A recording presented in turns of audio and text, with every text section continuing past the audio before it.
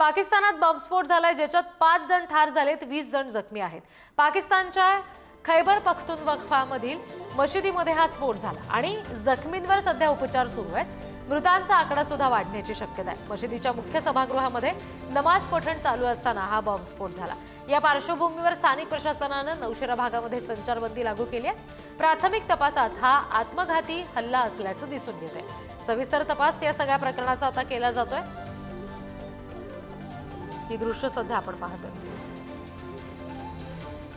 आणखी तपशील घेऊया, प्रतिनिधी चैतन्य गायकवाड आपल्याशी जोडले गेलेत त्यांच्याकडून। चैतन्य, नेमकं कुणी हा स्फोट केला हे समजू शकलं का आणि या संदर्भात आणखी काय तपशील आता समोर येत आहे?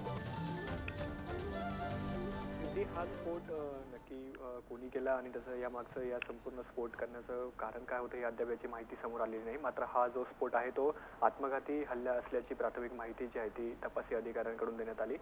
खरं तर पाकिस्तानच्या खैबर पख्तूनख्वा प्रांतातील ही मशीद आहे आणि या मशिदीमध्ये नमाज पठणासाठी मोठ्या संख्येने लोक मशिदीत जमले होते आणि त्याचवेळी हा आत्मघाती भीषण स्फोट करण्यात आलाय।